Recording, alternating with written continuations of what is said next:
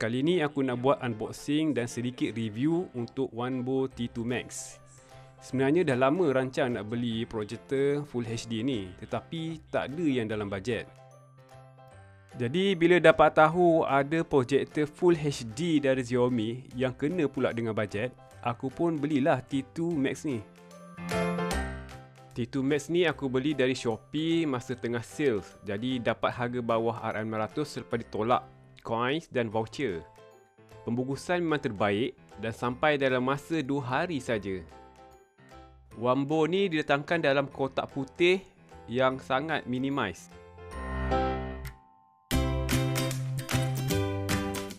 Dalam kotak ni ada manual, projector, adapter, remote dan juga wire elektrik.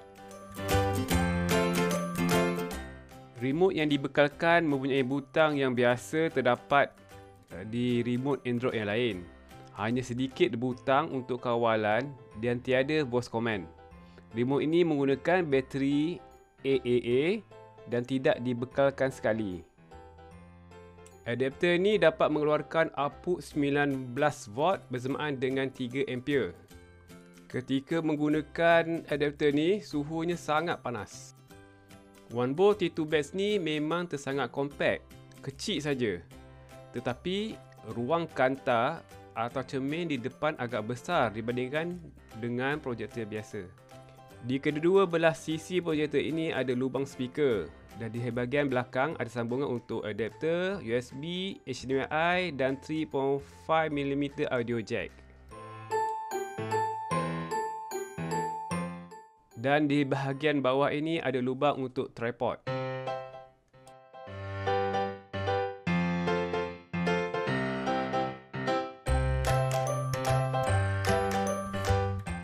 Di bahagian hadapan dan belakang ada lubang-lubang kecil untuk pengudaraan untuk memastikan projektor ini tidak terlalu panas.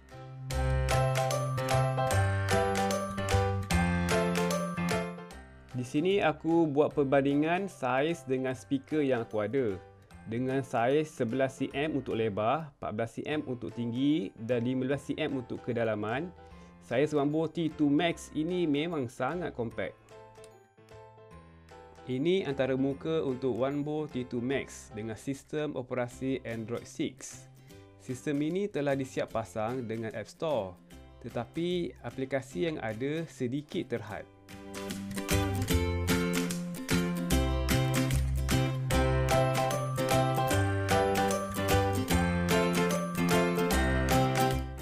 Ini aplikasi yang ada di dalam App Store. Disebabkan ruang kapasiti yang amat terhad, aku hanya bercuba Netflix saja. Disney Hotspot tak ada dalam ni.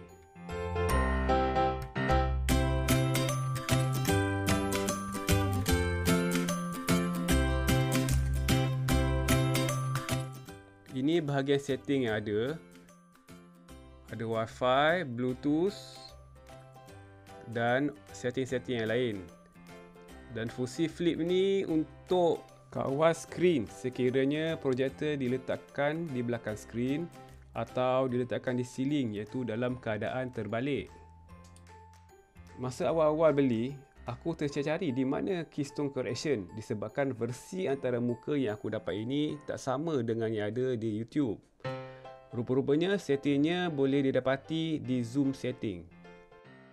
Terdapat 3 setting untuk zoom ni, iaitu 4 point scaling, di mana yang aku gunakan untuk setting projektor aku ni untuk mendapatkan proportion yang paling baik sekali.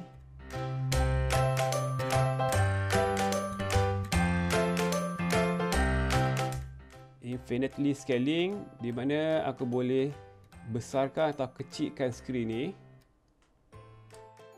Dan akhir sekali setting untuk trapezoid, di mana sekiranya projektor diletakkan sangat tinggi atau rendah ataupun diletakkan secara menyering.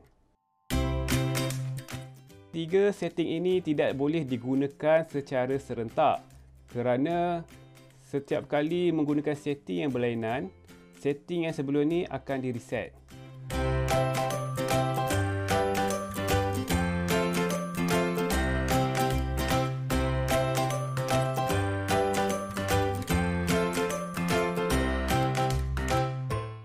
Untuk setting brightness dan kontras, perlu tekan butang menu pada remote. Butang ini hanya berfungsi di dalam mode HDMI sahaja.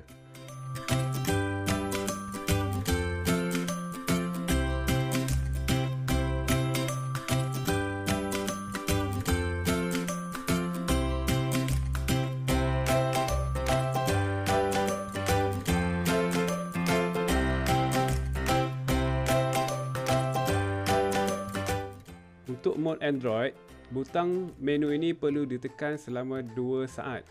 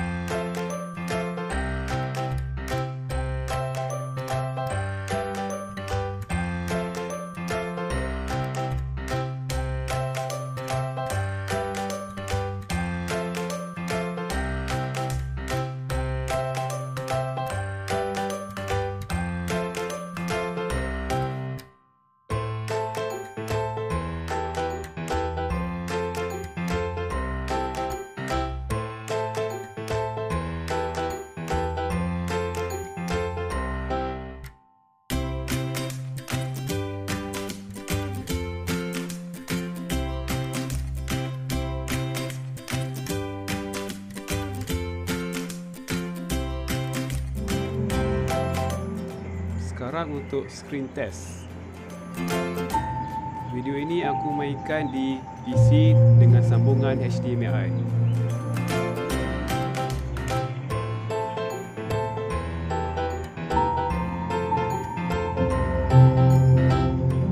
Ini paparan yang saya buat pada waktu siang dalam keadaan sedikit malam.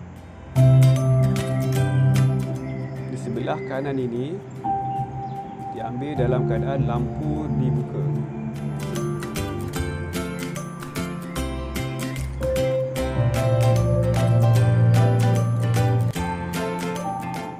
Paparan ini pula diambil ketika waktu malam dalam keadaan yang sangat gelap.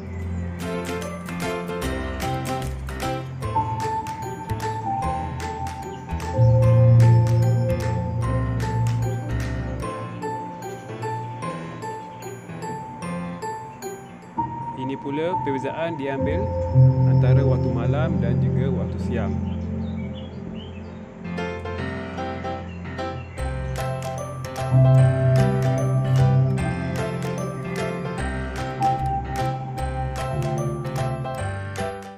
Jadi selepas guna selama 2 minggu, apa pendapat aku tentang OneBo T2 Max ini?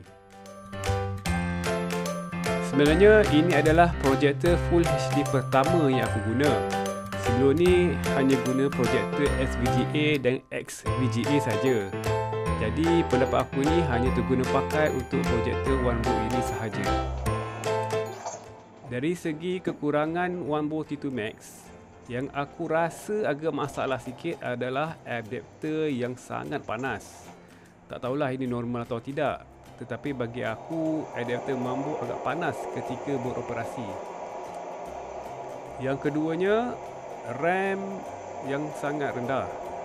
Kalau mainkan video di YouTube, terutamanya video 4K, memang akan ada masalah akan hang. Tetapi tidak ada masalah memainkan video biasa dan Netflix. Yang ketiga, keterangan projektor ini agak rendah. Kalau dimainkan pada waktu siang dengan suasana yang sedikit cerah, gambar akan jadi tidak terang dan jelas. Yang keempat, yang ini aku rasa lebih kepada kegemaran aku sendiri.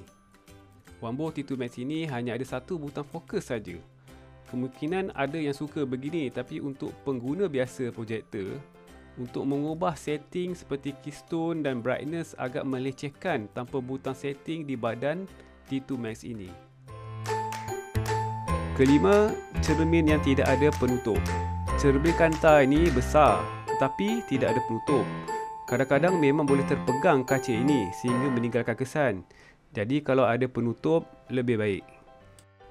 Okey, Jadi, apa kelebihan Wambo T2 Max ini?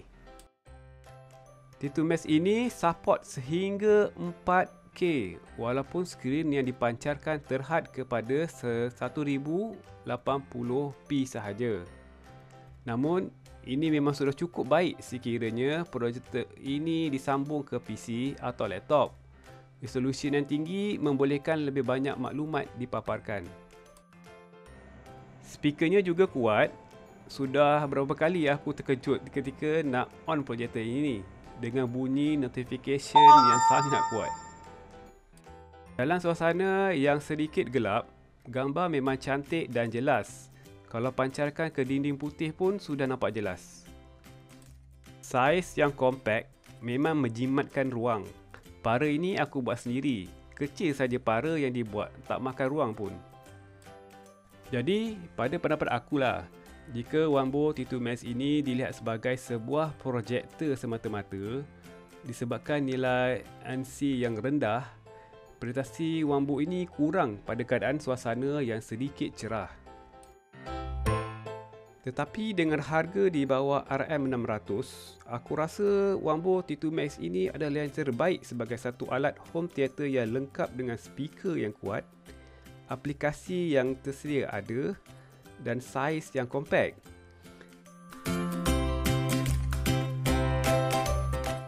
Untuk kualiti gambar yang dipancarkan, bagi aku boleh diterima lah, sebab memang biasa layan movie dalam suasana yang gelap. Jadi, secara keseluruhannya memang aku puas hati lah dengan Wambo T2 Max ini.